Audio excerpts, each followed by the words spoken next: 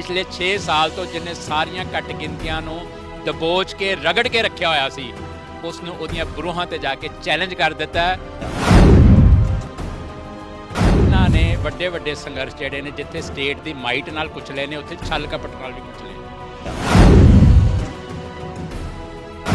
दिल्ली दे विच किसान बैठा है, पंजाब बैठा है, सिख बैठा है, तुसी की उन्होंने चढ़ाउण लई जा रहे हो कि लो मैं गुरु घर हो आया तो मैं तुहाडी परवाह नहीं करता। प्रधानमंत्री सच्चे दिलों नहीं गए, उन्हों का उत्थे जाना भी एक पॉलिटिक्स सी, एक डिज़ाइन सी। जिहड़ा RSS ने पिछले 6 साल तो मोदी फिनोमिना बिल्ड किया सी उसनूं फेड भी कर दिता, फ्लॉप भी कर दिता तो उसकी फूक भी कर दी।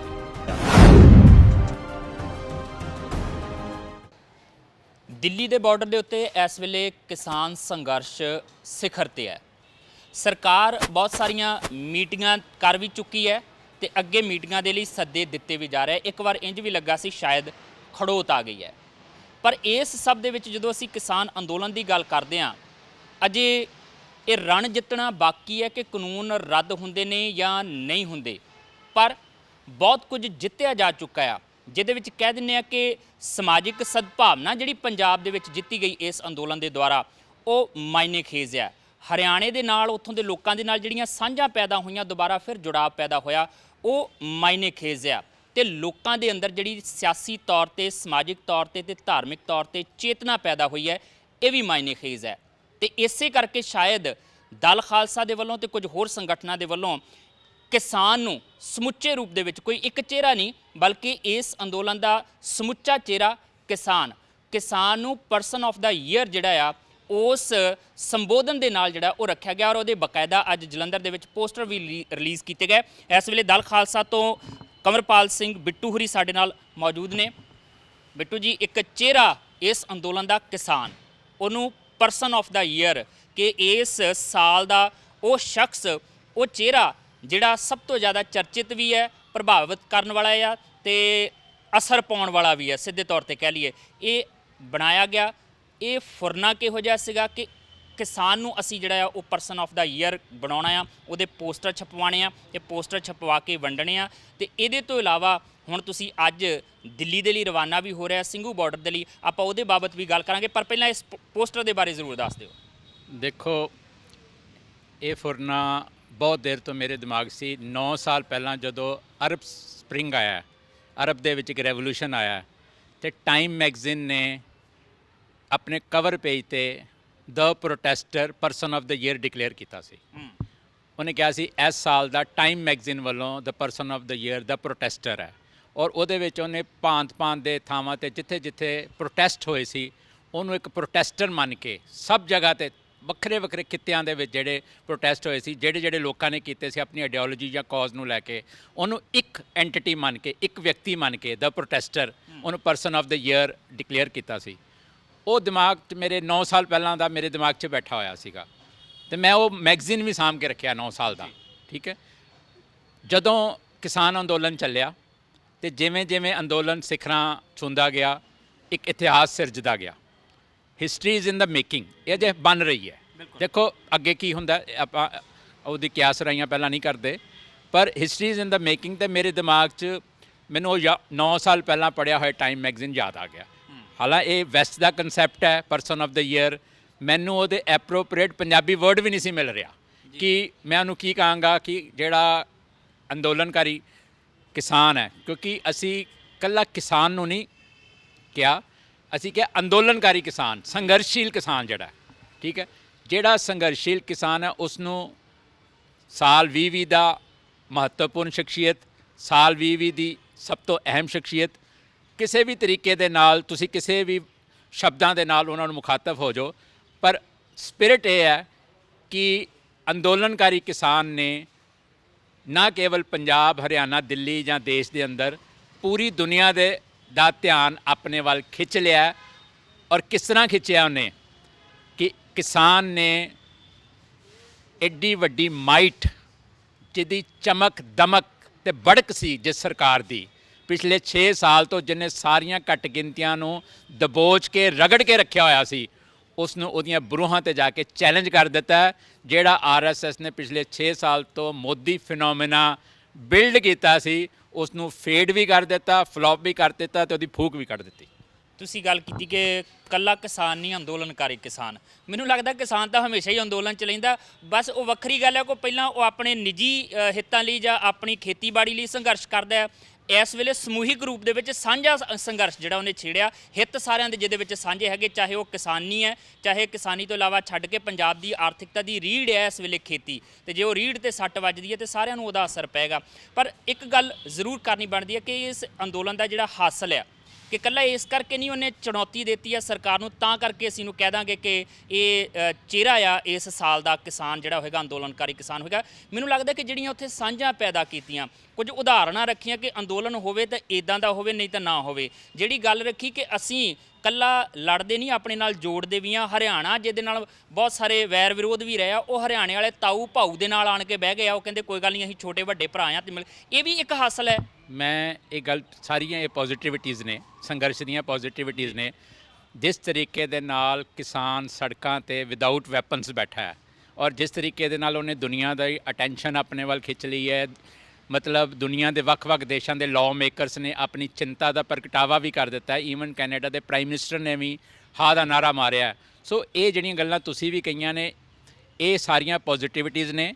ਔਰ ਇਹ ਕਿਉਂਕਿ ਜਦੋਂ ਮੈਂ ਕਿਹਾ ਕਿ ਹਿਸਟਰੀਜ਼ ਇਨ ਦਾ ਮੇਕਿੰਗ, ਇਹ ਸਾਰੀਆਂ ਗੱਲਾਂ ਉਹਦੇ ਵਿੱਚ ਆ ਜਾਂਦੀਆਂ ਨੇ, ਪਰ ਆਪਾਂ ਨੂੰ ਐਲੈਬੋਰੇਟ ਕਰੀਏ ਤੇ ਬਹੁਤ ਸਾਰੀਆਂ ਜਿਹੜੀਆਂ ਪਲੱਸ ਪੁਆਇੰਟਸ ਜਿਹੜੇ ਇਸ ਸੰਘਰਸ਼ ਦੇ ਸਾਡੇ ਸਾਹਮਣੇ ਆ ਚੁੱਕੇ ਨੇ, ਬਹੁਤ ਕੁਝ ਹੋਰ ਸਾਹਮਣੇ ਆਏਗਾ।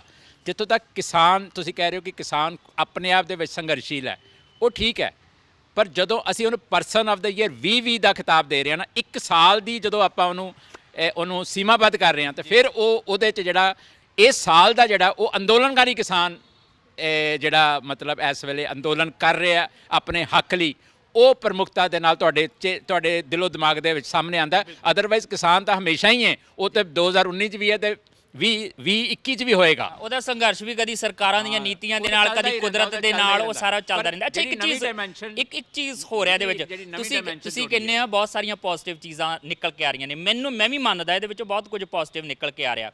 ਸਰਕਾਰ ਨੂੰ ਪੋਜ਼ਿਟਿਵ ਕਾਹਤੋਂ ਨਹੀਂ ਨਜ਼ਰ ਆਉਂਦਾ? ਉਹਨੂੰ ਕਦੀ ਇਹ ਕਿਸਾਨ ਨਹੀਂ ਨਜ਼ਰ ਆਉਂਦੇ, ਦਲਾਲ ਨਜ਼ਰ ਆਉਂਦੇ ਆ, ਕਦੀ ਵਿਚੋਲੀਏ ਨਜ਼ਰ ਆਉਂਦੇ ਆ, ਕਦੀ ਲੱਗਦਾ ਕਿ ਖਾਲਿਸਤਾਨੀਆਂ ਬੈਠੇ ਆ, ਕਦੀ ਲੱਗਦਾ ਕਿ ਨਹੀਂ ਨਕਸਲੀ ਬੈਠੇ ਆ, ਕਦੀ ਲੱਗਦਾ ਗੁੰਮਰਾਹ ਹੋਏ ਲੋਕ ਬੈਠੇ ਆ। ਕਿਸਾਨ ਤਾਂ ਇਹਨਾਂ ਕਾਨੂੰਨਾਂ ਦੀ ਜਿਹੜੀ ਆ ਉਹ ਸਿਫਤ ਕਰ ਰਿਹਾ ਜਿਹੜੇ ਘਰਾਂ 'ਚ ਬੈਠੇ ਆ।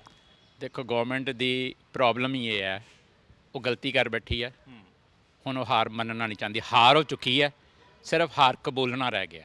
ਹੁਣ ਜਦੋਂ ਬੰਦਾ ਹਾਰ ਚੁੱਕਾ ਹੋਵੇ ਨਾ, ਫਿਰ ਉਹ ਆਪਣੀ ਡਿਫੈਂਸ ਦੇ ਵਿੱਚ ਜਸਟੀਫਿਕੇਸ਼ਨਸ ਭਾਲਦਾ, ਔਰ ਉਹ ਜਸਟੀਫਿਕੇਸ਼ਨ ਜਿਹੜੀਆਂ ਕਰ ਰਹੇ ਨੇ, ਉਹ ਇੱਕ ਗਲਤੀ ਤੋਂ ਬਾਅਦ ਦੂਸਰੀਆਂ ਗਲਤੀਆਂ ਕਰ ਰਹੇ ਨੇ।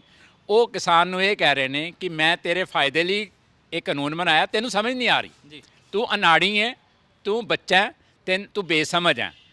ਕਿਸਾਨ ਕਹਿ ਰਿਹਾ ਕਿ ਜਿਹੜਾ ਤੁਸੀਂ ਮੇਰਾ ਫਾਇਦਾ ਕਰਨ ਲਈ ਬਣਾਇਆ, ਇਹ ਮੇਰਾ ਨੁਕਸਾਨ ਕਰ ਰਿਹਾ, ਇਹ ਮੇਰੇ ਹਿੱਤ ਮਾਰ ਰਿਹਾ, ਇਹ ਮੇਰਾ ਭਵਿੱਖ ਮਾਰੇਗਾ, ਇਹ ਮੇਰੀ ਆਰਥਿਕਤਾ ਮਾਰੇਗਾ। ਜੇ ਮੇਰੀ ਆਰਥਿਕਤਾ ਮਰੇਗੀ, ਮੇਰੀ ਹੋਂਦ ਖਤਰੇ ਵਿੱਚ ਪਏਗੀ। ਸੋ ਲੜਾਈ ਜਿਹੜੀ ਹੈ ਆਰਥਿਕਤਾ ਦੀ ਵੀ ਹੈ, ਲੜਾਈ ਜਿਹੜੀ ਭਵਿੱਖ ਦੀ ਵੀ ਹੈ, ਤੇ ਲੜਾਈ ਜਿਹੜੀ ਹੈ ਹੋਂਦ ਦੀ ਵੀ ਹੈ। ਸਾਰਿਆਂ ਮਿਲ ਕੇ ਇਹ ਲੜਾਈ ਲੜੀ ਜਾ ਰਹੀ ਹੈ ਔਰ ਸਾਰੇ ਕਿਸਾਨ ਮਿਲ ਕੇ ਲੜ ਰਹੇ ਨੇ।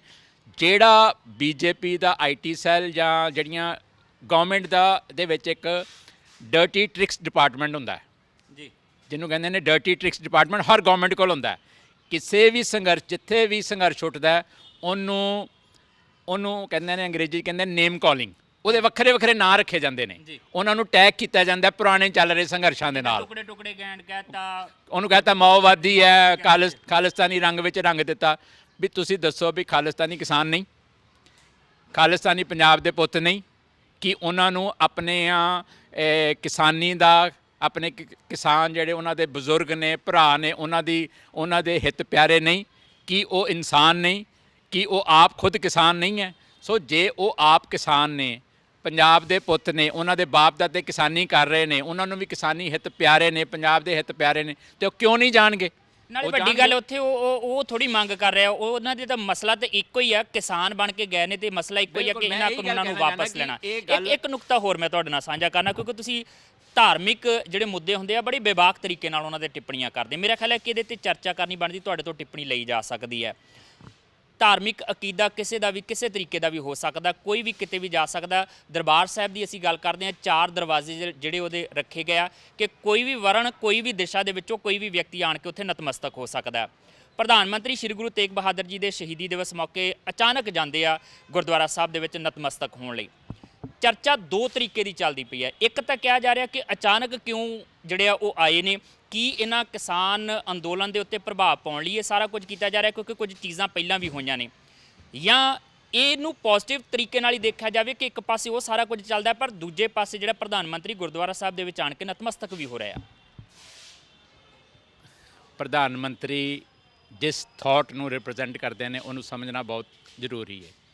ਇਹ ਚਾਣਕਿਆ ਦੀ ਜਿਹੜੀ ਥਾਟ ਹੈ ਇਹ ਉਹਦੇ ਪੈਰੋਕਾਰ ਨੇ ਜੀ, ਠੀਕ ਹੈ।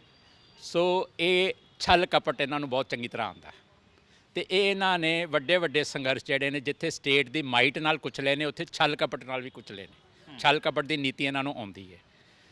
ਤੁਹਾਡੇ ਬਰੂਹਾਂ 'ਤੇ ਜਿਹੜੇ ਲੋਕ ਬੈਠੇ ਨੇ, ਤੁਸੀਂ ਕਹਿ ਰਹੇ ਹੋ ਤੁਸੀਂ ਗੁੰਮਰਾਹ ਕੌਣ ਹੋ, ਤੁਹਾਨੂੰ ਸਮਝ ਨਹੀਂ ਹੈ, ਤੁਸੀਂ ਬੇਸਮਝ ਹੋ, ਅਤੇ ਖੁਦ ਤੁਸੀਂ ਆਪ ਸਭ ਤੋਂ ਵੱਡੇ ਬੇਸਮਝ ਹੋ ਕੇ ਉਸ ਵੇਲੇ ਗੁਰੂ ਘਰ ਜਾ ਰਹੇ ਹੋ ਜਦੋਂ ਤੁਹਾਡੀਆਂ ਬਰੂਹਾਂ 'ਤੇ ਬੈਠੇ ਨੇ ਔਰ ਤੁਸੀਂ ਉਹਨਾਂ ਨਾਲ ਗੱਲ ਕਰਨ ਲਈ ਵੀ ਤਿਆਰ ਨਹੀਂ, ਉਹਨਾਂ ਨੂੰ ਰੈਕੋਗਨਾਈਜ਼ ਕਰਨ ਲਈ ਵੀ ਤਿਆਰ ਨਹੀਂ ਹੈ ਕਿ ਨਹੀਂ ਤੁਹਾਡੀਆਂ ਜਿਹੜੀਆਂ ਮੰਗਾਂ ਨੇ। ਦੇਖੋ ਜਦੋਂ ਤੁਸੀਂ ਕਹਿੰਦੇ ਹੋ ਕਿ ਅਸੀਂ ਅਮੈਂਡਮੈਂਟਸ ਲਈ ਤਿਆਰ ਹਾਂ ਜੀ, ਦੈਟ ਮੀਨਸ ਤੁਸੀਂ ਇਹ ਤਾਂ ਕੈਂਡੀਡੇਟ ਐਡਮਿਸ਼ਨ ਕਰ ਲਈ ਨਾ ਕਿ ਜਿਹੜੇ ਲਾਜ਼ ਉਹਨਾਂ 'ਚ ਫਾਲਟ ਹੈਗੇ ਨੇ ਉਹ ਗਲਤ ਬਣ ਗਏ ਨੇ ਸਾਡੇ ਕੋਲੋਂ, ਠੀਕ ਹੈ। ਤੁਸੀਂ ਉਹਨਾਂ ਦੀਆਂ ਪ੍ਰੋਬਲਮਸ ਐਡਰੈਸ ਕਰਨ ਦੀ ਬਜਾਏ ਤੁਸੀਂ ਗੁਰੂ ਘਰ ਜਾ ਰਹੇ ਹੋ। ਗੁਰੂ ਘਰ ਜਾਣਾ ਵੈਲਕਮ ਹੈ ਜੀ। I will be the last person ਮੈਂ ਕਹਾਂ ਵੀ ਉਹ ਕਿਉਂ ਆਏ ਨੇ। ਅਸੀਂ ਕਿੰਤੂ ਵੀ ਨਹੀਂ ਕਰ ਸਕਦੇ, ਕੁਐਸਚਨ ਵੀ ਨਹੀਂ ਕਰ ਸਕਦੇ। ਦੇਰ ਇਜ਼ ਨੋ ਪੁਆਇੰਟ ਕਿ ਅਸੀਂ ਉਹਨਾਂ ਨੂੰ ਕੁਐਸਚਨ ਕਰੀਏ, ਪਰ ਟਾਈਮਿੰਗ ਮੈਟਰ ਕਰਦਾ ਹਰ ਗੱਲ ਦਾ। ਕਿਸ ਟਾਈਮ 'ਤੇ ਕਿਵੇਂ ਜਾ ਰਹੇ ਹੋ ਅਤੇ ਕਿਉਂ ਜਾ ਰਹੇ ਹੋ। ਦਿੱਲੀ ਦੇ ਵਿੱਚ ਕਿਸਾਨ ਬੈਠਾ ਹੈ, ਪੰਜਾਬ ਬੈਠਾ ਹੈ, ਸਿੱਖ ਬੈਠਾ ਹੈ।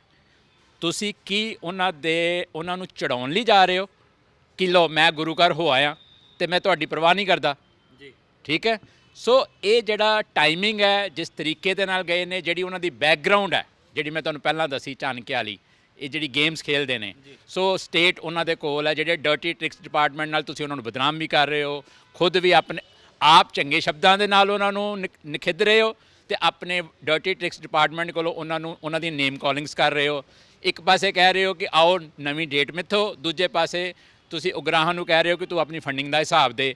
ਸੋ ਜਿਹੜੀਆਂ ਆਰਮਸ ਟਵਿਸਟਿੰਗ ਹੈ, ਜਿਹੜੀਆਂ ਬਾਹਾਂ ਮਰੋੜੀਆਂ ਜਾ ਰਹੀਆਂ ਨੇ, ਬਲੈਕਮੇਲ ਕੀਤਾ ਜਾ ਰਿਹਾ, ਸੋ ਇਹ ਸਾਰੀਆਂ ਗੱਲਾਂ ਤੋਂ ਮੈਨੂੰ ਇੱਦਾਂ ਲੱਗਦਾ ਹੈ ਕਿ ਪ੍ਰਧਾਨ ਮੰਤਰੀ ਸੱਚੇ ਦਿਲੋਂ ਨਹੀਂ ਗਏ। ਉਹਨਾਂ ਦਾ ਉੱਥੇ ਜਾਣਾ ਵੀ ਇੱਕ ਪੋਲੀਟਿਕਸ ਸੀ, ਇੱਕ ਡਿਜ਼ਾਈਨ ਸੀ, ਪੋਲਿਟਿਕਸ ਸੀਗੀ। ਤੁਸੀਂ ਕਿਹਾ ਕਿ ਡਰਟੀ ਟ੍ਰਿਕਸ ਦੀ ਤੁਸੀਂ ਗੱਲ ਕੀਤੀ ਹੈ ਕਿ ਪ੍ਰਧਾਨ ਮੰਤਰੀ ਬਹੁਤ ਚੰਗੇ ਸ਼ਬਦਾਂ ਦਾ ਇਸਤੇਮਾਲ ਕਰਦੇ ਤੇ ਜਿਹੜੀ ਹੇਠਲੀ ਲੀਡਰਸ਼ਿਪ ਆ ਉਹ ਕੁਝ ਹੋਰ ਬੋਲਦੀ ਹੈ। ਕੈਥਲ ਤੋਂ ਬੀਜੇਪੀ ਦੇ ਵਿਧਾਇਕ ਹੈ, ਮੈਂ ਉਹਨਾਂ ਦਾ ਬਿਆਨ ਸੁਣ ਰਿਹਾ ਸੀ। ਉਹਨਾਂ ਦਾ ਬਿਆਨ ਤਾਂ ਮੇਰਾ ਖਿਆਲ ਹੈ ਕਿ ਬਹੁਤ 4 ਕਦਮ ਅੱਗੇ ਕਰਤਾ ਉਹਨਾਂ ਨੇ। ਉਹ ਕਹਿੰਦੇ ਜਾਂ ਖਾਲਿਸਤਾਨੀ ਬੈਠੇ ਆ ਜਾਂ ਪਾਕਿਸਤਾਨੀ ਹਿੱਤ ਵਾਲੇ ਬੈਠੇ ਆ।